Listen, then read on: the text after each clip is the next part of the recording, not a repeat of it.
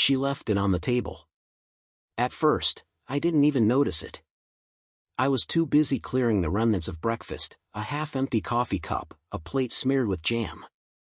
But as I reached for the crumbs, my eyes caught the edge of an envelope peeking out from under her phone charger. "Matt, don't touch my things," Loran's voice echoed in my head. She had a way of saying it playfully, but with an edge sharp enough to remind me she meant it. I almost ignored it. Almost. But then I saw the name on the envelope, James Lawrence. My pulse quickened as I reached for it, hesitating only a second before slipping it out. The paper felt heavier than I expected, the handwriting unfamiliar. Lauren's voice had always been full of life, but it wasn't the same lately. She'd become guarded. She'd laugh, but her eyes didn't crinkle the way they used to.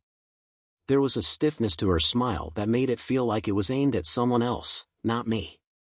And now, this. I flipped the envelope open, my hands trembling. Inside was a bill. Not unusual, bills come and go, but this one wasn't ours. It wasn't even from our state. It was addressed to James Lawrence, care of Loran Lawrence, at an address I didn't recognize. I stared at the names, my heart pounding. James? Lawrence? Loran's maiden name wasn't Lawrence, it was Porter. I would know, wouldn't I? My head spun as I pieced together the impossible. A husband? No, that couldn't be right. But the letter felt like a splinter under my skin, growing sharper with every second. Suddenly, my phone buzzed on the counter, startling me. Loran's name flashed on the screen. "Hey," she said brightly when I answered. "Sorry, I forgot to tell you, I'll be back late tonight. Big project at the office." Her voice was as smooth as silk, but now it sounded hollow. "Sure," I replied, my voice steady despite the storm raging inside me. "Take your time." I set the phone down, the letter still in my hand. I knew I couldn't ask her about it. Not yet. Instead, I reached for my laptop. If Loran had secrets, I needed to know exactly how deep they went. I thought hiring a private investigator would be awkward, like some shady scene from an old noir film. Instead, it was a brief meeting over black coffee with a man who looked like he'd rather be anywhere else. "Look," Tom said, setting his mug down with an audible clink. "If you're looking for closure, I don't sell that. I sell facts. You might not like them, but they're always true." I raised an eyebrow. "Do you start all your client meetings with a motivational speech, or am I just lucky?" Tom smirked. "Lucky, pal. Now, what am I looking for?" I handed him the letter, carefully folded, like it might explode if treated roughly. He opened it, his eyes scanning the paper with the efficiency of someone who's seen it all before. "James Lawrence," he muttered, tapping the name with his finger. "And Loran Lawrence, huh? Wife's name." "Allegedly," I said dryly. "If you're asking whether I married a woman I didn't know, the answer is no. At least, I didn't think I did." Tom leaned back, the chair creaking under his weight. "You'd be surprised. People marry strangers all the time. Love blinds, you know?" I didn't dignify that with a response. 2 days later, I got the call. "Matt, you're not gonna like this," Tom said without preamble. "Turns out your wife's been busy. She's married to James Lawrence, living the suburban dream a few states over. Same woman, different guy. And here's the kicker, she's been married to him for years." I froze. "Years?" "Yup. As in long before she met you. She's been juggling 2 lives like a circus act." I couldn't breathe. My wife, a woman I thought I knew, hadn't just lied to me. She'd built an entire world behind my back. "She's either got nerves of steel," Tom added, his tone casual, "or no soul at all. My money's on the second one." "Thanks for the insight, Dr. Phil," I snapped, before hanging up. When Loran came home that evening, I greeted her with the kind of smile you use for people selling bad insurance. "Hey, honey. How was your day?" "Busy," she replied, kicking off her shoes. The project's taking longer than I thought. Oh, yeah? What's the project?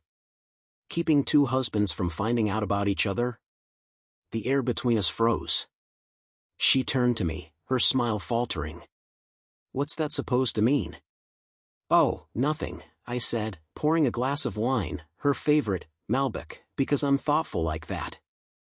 I just wondered if James is as impressed with your multitasking as I am. Her face drained of color so fast I thought she might faint. I don't know what you're talking about. Sure you do, I said, setting the glass down with a satisfying thunk. James Lawrence? Nice guy, by the way. I hear he's been your husband for years. Funny, though, you never mentioned him at our wedding. Must have slipped your mind. Lauren's mouth opened, then closed, like a fish gasping for air. Matt, Save it, I said, holding up a hand. You've got one chance to explain. But just a heads up, I hired someone who's much better at lying than you are. So make it good. For a moment, she just stared at me, her carefully curated facade cracking like glass. Then she sat down, burying her face in her hands. It's not what you think, she mumbled. Really? Because what I think is that I married a con artist with a flair for drama. She looked up, her eyes wide and pleading. Matt, I can explain everything. Please, just let me. No, I cut her off, leaning forward. You don't get to explain yet. First, I need to decide if I'm going to laugh or call the cops. Maybe both. The silence that followed was deafening, and for the first time, I realized I wasn't sad. I was furious. It's funny how betrayal sharpens your focus. Every little thing Loran said or did suddenly became a clue in the twisted puzzle of our life. She hummed while cooking. Probably planning her next double-life escape route. She smiled at me from across the table, calculating how much longer she could keep the charade going. By the end of the week, I was done playing along. If Loran thought she was the mastermind here, it was time to show her what a real plan looked like. On Friday morning, I stood in the kitchen sipping coffee as she rushed around, getting ready for a work trip. Right, because who doesn't need a weekend away to brainstorm ad campaigns or whatever nonsense she was pretending to do? You sure you'll be okay without me? She asked, throwing me a quick smile as she grabbed her overnight bag. Of course, I said, barely hiding my smirk. I'll just keep myself busy. Maybe catch up on some reading. Or marital investigations. What? Nothing, I said, waving it off. Drive safe. Once she was gone, I got to work. The plan was simple, a dinner. A romantic evening at home, just the two of us, and a surprise guest. When the doorbell rang that evening, I felt a strange sense of calm. I opened the door to find James Lawrence standing on my porch. He was taller than I'd expected, with a square jaw and the kind of clean-cut look that made me wonder if he'd just walked out of a toothpaste commercial. You must be Matt, he said, extending a hand. His voice was steady, but his eyes carried a storm of emotions, confusion, anger, maybe even a flicker of guilt. And you must be James, I replied, shaking his hand. Come in. Make yourself at home. Oh wait, I guess it already is. James raised an eyebrow, but he stepped inside. You said you wanted to talk about Loran? Yeah. Thought we could compare notes, I said, leading him to the dining room. The table was set for 3, candles flickering in the center. James noticed immediately. What's this? Before I could answer, the front door opened, and in walked Loran. Matt, she froze, her gaze locking onto James. Her bag slipped from her hand, hitting the floor with a dull thud. Oh, good, I said, gesturing toward the table. You're just in time. Dinner's ready. Loran didn't move. She looked between me and James, her face pale as a ghost. What's going on? Well, I began, pouring myself a glass of wine. I figured it's only polite to meet the other husband. You know, share stories, bond over our mutual betrayal. That sort of thing. James looked at Loran, his expression hardening. So it's true. You've been lying to both of us. I can explain, she stammered, her voice barely above a whisper. Oh, please do, I said, sitting down at the table. But make it quick, I hate cold lasagna. Matt, James, listen to me, Loran pleaded, her eyes darting between us. It wasn't supposed to happen like this. I didn't mean to hurt either of you. You just what? I interrupted, leaning forward. Got bored? Wanted to see how far you could stretch your web of lies before it snapped? Stop, she said, her voice trembling. You don't understand. I was in trouble. I owed money, a lot of it, and I didn't have any other way. Other than marrying two men and scamming them both? James cut in, his tone sharp. It wasn't like that, she cried, tears streaming down her face. I loved you. Both of you. The room went silent for a moment, her words hanging in the air like smoke. I laughed, a bitter, hollow sound. Wow. That might actually be the most insulting thing you've ever said. Loran, James said, his voice cold, you're going to pay for this. Legally, financially, every way I can make you. I'm sorry, she whispered, her shoulders shaking. Sorry doesn't cut it, I said, standing up. We're done, Loran. And by the way, the locks are changing tomorrow, so don't bother coming back. As I walked James to the door, he turned to me. She fooled us both, he said quietly. Yeah, I replied, my voice heavy. But not anymore. When I closed the door, I felt the weight of her lies finally begin to lift.